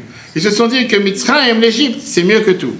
Et néanmoins, ces 2%, ils ont réussi à impacter le reste en leur disant, même si vous n'êtes pas convaincus, venez avec nous, vous allez pouvoir vous en sortir. Et la première avis dans le Midrash, elle n'est pas simple. Elle te dit qu'il y avait seulement 20%, elle a dit 1/5, qui te disait qu'il y avait 80% qu'ils ont préféré rester, mais au final, ils ont réussi à impacter tout le reste. Pourquoi? Parce que la réalité, elle est que le peuple juif est appelé Ma'aminim, Bnei Ma'aminim. Nous sommes des croyants, fils de croyants. Ça n'existe pas un juif qui ne croit pas. Et je peux vous dire, je rencontre tous les jours des juifs qui me disent, monsieur le rabbin, je ne crois pas, ça ne m'intéresse pas, c'est pas pour moi. Ça, c'est la parole. Quand tu rentres dans l'action, tous les juifs croient. Ça n'existe pas un juif qui ne croit pas. Audrey, elle sait qu'en Seine-et-Marne, les juifs ne sont pas forcément comme ceux qui habitent dans cette région. C'est un autre monde. Tu passes de 94, 77. C'est ce qu'on appelle les Français campagnards. C'est des juifs qui sont vraiment un autre monde, une autre planète. Et combien de fois tu rencontres des juifs qui te disent, monsieur le rabbin, pour moi la religion ça ne parle pas. Ça c'est la parole. Mais chaque juif est ma'amin, ben ma'amin, chaque juif il a l'émouna à l'intérieur de lui. La question elle est, combien cette émouna elle est dévoilée, combien elle a un impact sur sa vie de tous les jours. Et ça c'était le débat qu'il y avait à l'époque. Ça c'est par rapport à la fête de Pessah, par rapport à la quantité de juifs qui sont sortis. Tout le monde croyait combien l'ont mis en avant et combien ils ont réussi à impacter leur famille, leurs proches. Ça c'est le débat, est-ce que c'était un cinquième ou pas. Dernier point qu'on voit ce soir avec la spécialité de Pessah, c'est qu'il y a encore une mitzvah qui est faite par rapport à Pessah et qui est seulement pour Pessah et pas tout le reste. C'est qu'on avait l'habitude au temps du temps d'avoir le sacrifice de l'agneau pascal. Et on sait que le sacrifice de l'agneau pascal se faisait seulement avec la famille et les amis. C'est une des raisons pourquoi la fête de Pessah, on réunit le maximum de monde tous ensemble. Puis la Torah elle te dit, c'est la seule mitzvah que la Torah elle te demande de le manger avec tes voisins, pas tout seul. La fête de la musique n'est pas existée seulement en France depuis je ne sais pas combien d'années, ça existait depuis l'époque. La Torah te dit que c'était un mouton par famille, et si tu n'avais pas assez pour manger un mouton, il fallait rassembler les voisins, les amis, les proches, et avec ça se réunir. Très bien. Moi je demande une question, est-ce que vous connaissez une autre mitzvah dans laquelle la Torah te dit qu'il faut rassembler la famille et les amis? Shabbat. Où c'est écrit? C'est qui a dit Shabbat? Où c'est écrit qu'il faut avoir forcément invité les familles et les amis? C'est bien, c'est tout ça. Encore une fois, c'est une bonne chose, c'est bien d'avoir des invités. Mais j'ai une mitzvah que la Torah te dit que tu dois partager avec les autres. Au contraire, la Bretagne, on n'invite pas. Oui, mais ils doivent venir. Ils ne sont pas obligés de venir. C'est justement pourquoi on n'invite pas. On n'invite pas parce que si tu invites et la personne dit je ne peux pas venir, c'est un insulte à Eliyahu pour ça on n'invite pas. Alors on fait savoir. Bien sûr que oui. Bien sûr qu'on a le droit, il faut inviter Shabbat. Mais je parle en mitzvah que la Torah elle te dit qu'il faut inviter. Ou Choupa, qui a dit Choupa? Vous avez dit Choupa, comment tu t'appelles? Douglas. Combien de personnes il faut pour faire une Choupa? Non. J'ai dit combien il faut minimum, alachiquement parlant. 2 témoins. 10. Le témoin, c'est pour pouvoir valider le mariage. Mais il faut 10 hommes. Un minyan, sans plus, pas plus. Malheureusement, on a vu ça pendant le corona, etc. Combien de gens se sont mariés et ne pouvaient pas rassembler beaucoup de monde. Ils n'ont eu que 10 personnes, pas obligé de rajouter plus de monde. Ouais, malheureusement. Mais néanmoins, la Torah, elle te dit, c'est mitzvah de la Torah qu'à Pesach, Nechal, Bachabura, le sacrifice de Pesach doit être mangé avec la famille, avec les voisins, avec les assemblées. Ce qui veut dire qu'on devait rassembler la famille, et si on n'est pas suffisant pour le mouton, on devrait partager avec tous les autres. Très bien. Ça veut dire quoi? De là est venu bien sûr ce que les gens ont l'habitude de faire la Mimouna à la fin de Pessah. C'est devenu une coutume répandue, Ashkenaz, Sepharad, on a Seudat Mashiach, le repas de Mashiach à la fin de Pessah, etc. Pourquoi la Torah ne te dit pas que le repas avant Kippour, avant le jeûne, doit être mangé avec tous les amis, toute la famille ensemble, ou à la fin de Kippour? La Bible avait l'habitude d'écrire des lettres à l'occasion de Pessah à tout le peuple juif partout où il se trouve pendant 45 ans, qui étaient traduits dans tous les journaux, en anglais, en hébreu, etc. Dans une magnifique lettre qu'il a écrite en 1979, il donne la réponse. Qu'est-ce que ça veut dire Chag HaCherut? Qu'est-ce que ça veut dire la fête de la liberté? Qu'est-ce que ça veut dire être libre? Libre, tu peux être seulement quand tu sais mettre ton ego de côté et regarder l'autre. Quand tu es capable de partager avec l'autre. Pas pour rien que quand on dit le Chaim dans la Torah, on ne dit jamais le Chaim tout seul. Peut-être qu'il y a des exceptions. En règle générale, quelqu'un qui dit le Chaim, c'est à la vie, c'est au pluriel. C'est avec quelqu'un d'autre. Quelqu'un qui boit tout seul, en général, je le rencontre en psychiatrie, ou va savoir dans les différentes unités, et ça, on ne voit pas tout seul. L'idée de la Torah, elle te dit que pour sortir d'Égypte, tu ne sors pas tout seul. Sortir d'Égypte, ça doit avoir avec une certaine inquiétude envers l'autre, partager avec l'autre, agir envers l'autre, faire en sorte de penser à quelqu'un d'autre. Ça, c'est le message de la fête de Pessah. Je ne peux pas moi-même sortir d'Égypte si je n'ai pas partagé cette liberté avec quelqu'un d'autre, si je n'ai pas réussi à influencer de sortir l'autre d'Égypte. Alors c'est vrai qu'il y en a qui vont te dire, laisse-moi tranquille avec ces bêtises, ça ne me parle pas. Mais le peuple juif à l'époque, ils étaient aussi minoritaires qui ont cru dans les paroles de Moshe. Et néanmoins, ils ont réussi à impacter tout le peuple juif. Voilà, chers amis, quelques notions qu'on apprend sur la fête de Pessah. Permettez-moi de terminer avec une histoire. Et s'il y a des questions, objections, pourquoi pas. Plusieurs histoires, parce que la fête de Pessah, c'est la fête de stress pour certaines personnes. Il faut se rappeler que Pessah, c'est pas la fête du ménage. Pessah, c'est pas la fête de commencer à refaire toute la maison. C'est pas la fête de faire la peinture, ou de recommencer à faire la moquette, ou de recommencer à faire le sol, ou de commencer à chercher les armoires. On va savoir, je sais pas quoi. Et des questions que je peux vous dire en tant que rave que je reçois régulièrement, ça fait de la peine parce qu'il y a des gens qui pensent vraiment que le ménage du mois d'août, c'est la période de Pessah. Pessah, on a le devoir de chercher le chametz, numéro 1. Chametz, c'est tout ce qui est le levain, et tout ce qui sont des choses qui sont plus fermentées, qui est chametz qu'il faut s'en séparer, la Torah il faut mettre de côté. Très bien. Quelqu'un qui sait qu'il a des pièces dans lesquelles il n'a jamais fait rentrer du chametz de sa vie, ou de toute l'année, qu'est-ce qu'il est parti chercher là-bas? Je ne sais pas, ici dans les planches, regardez les planches qu'il y a en haut, je ne sais pas si Adam, une fois, il est monté pour mettre un morceau de gâteau au-dessus. Un exemple. Ou bien peut-être Alice, une fois, elle s'est ennuyée, elle s'est pendue à la planche, elle est partie manger un morceau de trala là-bas. Quelqu'un de normal, il n'est pas parti mettre du chametz là-bas. Qu'est-ce que tu vas chercher au-dessus? Ah, tu veux nettoyer la poussière, pourquoi tu ne l'as pas fait toutes les semaines? Qu'est-ce que tu as attendu Pessah pour le faire? Et il y a des gens qui se rendent fous Pessah, avec des ménages qui est sans fin. Et qu'ils arrivent, je ne parle pas l'histoire des Seder, pire que des esclaves. Ils ne savent même pas qu'est-ce que ça veut dire la fête de la liberté. Mais après, ils te demandent des questions, des choses. Est-ce qu'on doit déplacer tel meuble? Qu'est-ce que tu es parti chercher derrière le meuble? Qu'est-ce qui te dérange? La souris qui s'est cachée toute l'année? Laisse-la tranquille pendant Pessah. Tu vas la chercher après. Tu ne vas pas la chercher pendant Pessah. Deux histoires. Fameuse histoire dans les dollars du dimanche. On raconte à chaque fois une femme juive est passée à une grand-mère. Elle est partie, elle s'est plainte au rabbi en demandant, en disant au rabbi qu'il y a quelque chose qui me dérange. On n'arrête pas de faire le ménage à la maison et les enfants, ils n'arrêtent pas de salir. Et elle est dans tous ces états, elle passe. C'est le seul problème. Les gens venaient voir le rabbi avec des problèmes de vie ou de mort, avec des problèmes dans les affaires. Elle, c'est ce qui les dérangeait. Comment ça se fait qu'on n'arrête pas de faire le ménage et les enfants n'arrêtent pas de salir? Le rabbi lui a répondu, rappelle-toi que les enfants ne sont pas l'agneau pascal et que la poussière, c'est pas du chametz.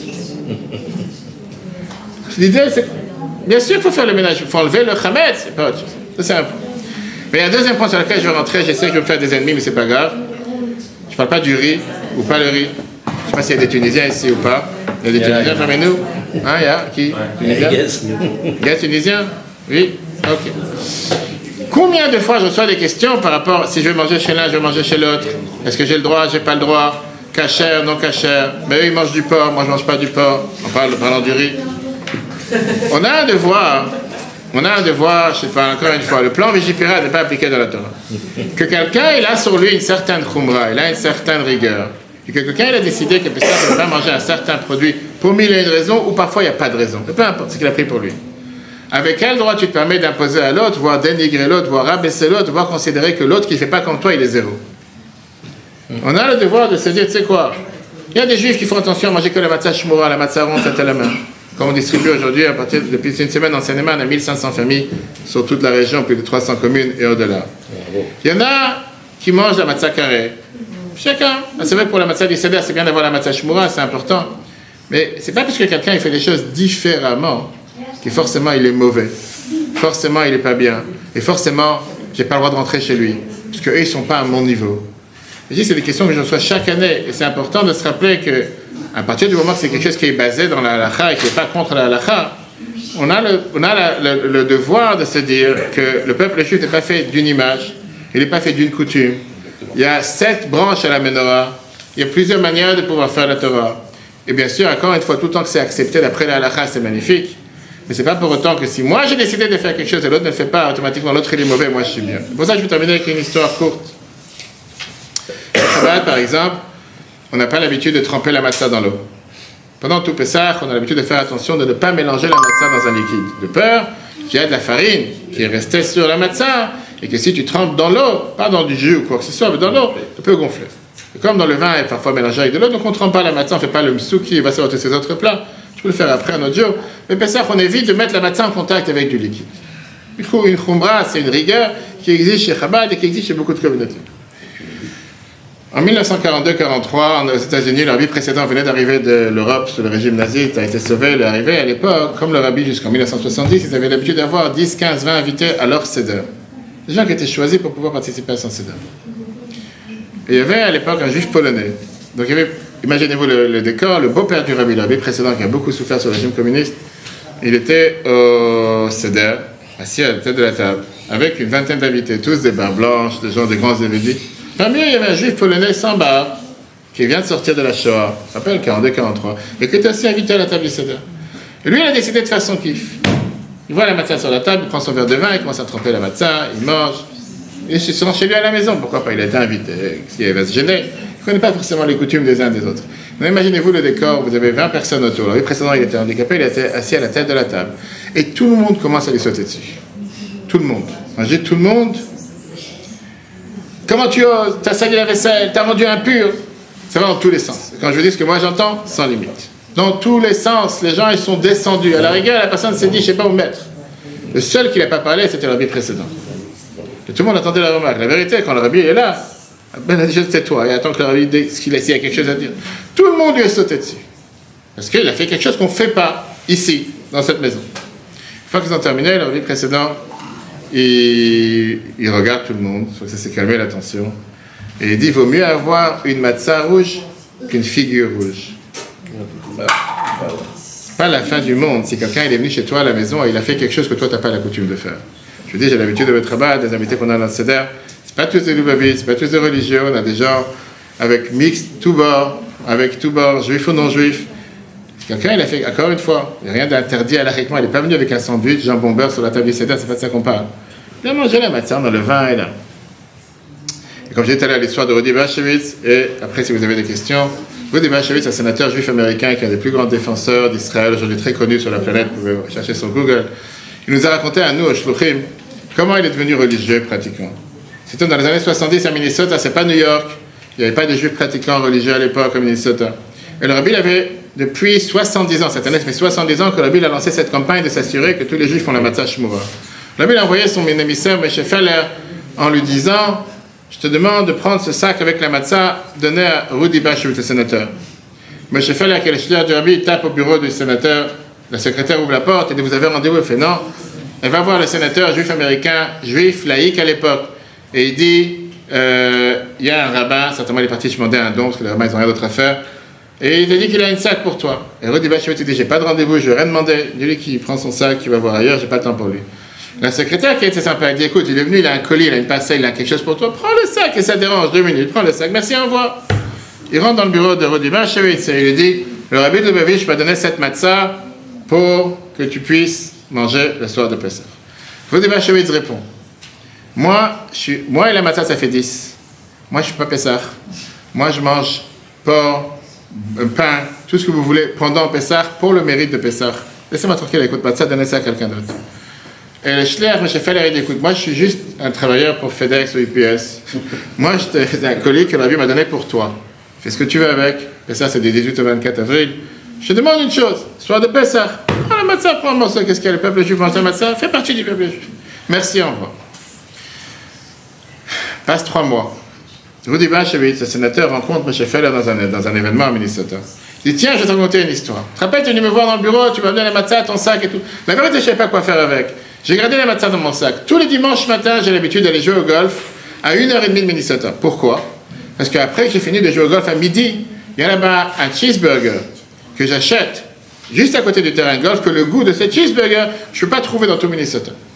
Ça, c'est ma norme depuis des années. J'avais dans ma sacoche ton sac avec la matzah. Ce dimanche de Pessah, j'ai décidé, je vais me faire un kiff. J'ai acheté mon cheeseburger, j'ai enlevé le pain, j'ai mis la matzah à la place, et j'ai eu un kiff que j'ai jamais eu dans ma vie. Ça, c'est l'histoire qu'il raconte. Et il attend la réaction. Non, moi, je vous demande, comment vous vous appelez? Laura. Laura. Quelqu'un te raconte une telle histoire, qu'est-ce que tu lui dis? Je lui dis, c'est peut-être Si j'ai pas le temps ce soir de faire un tour de chacun, mais je veux dire les réactions que je reçois de quelle saleté, quelle hypocrite, t'as pas honte, comment t'as fait? Non, moi, il a mangé des matzahs. Alors, M. Feller le regarde et il lui dit, tu peux pas t'imaginer le bonheur que tu as fait envers Dieu cette année en mangeant la matzah. Rudi Bashevitz nous a raconté cette histoire, j'ai entendu de lui, il nous a raconté en disant, ça c'est ce qui lui a fait ce déclic, de se dire, il faut que je pratique la Torah. Aujourd'hui, c'est un juif religieux pratiquant à 100%.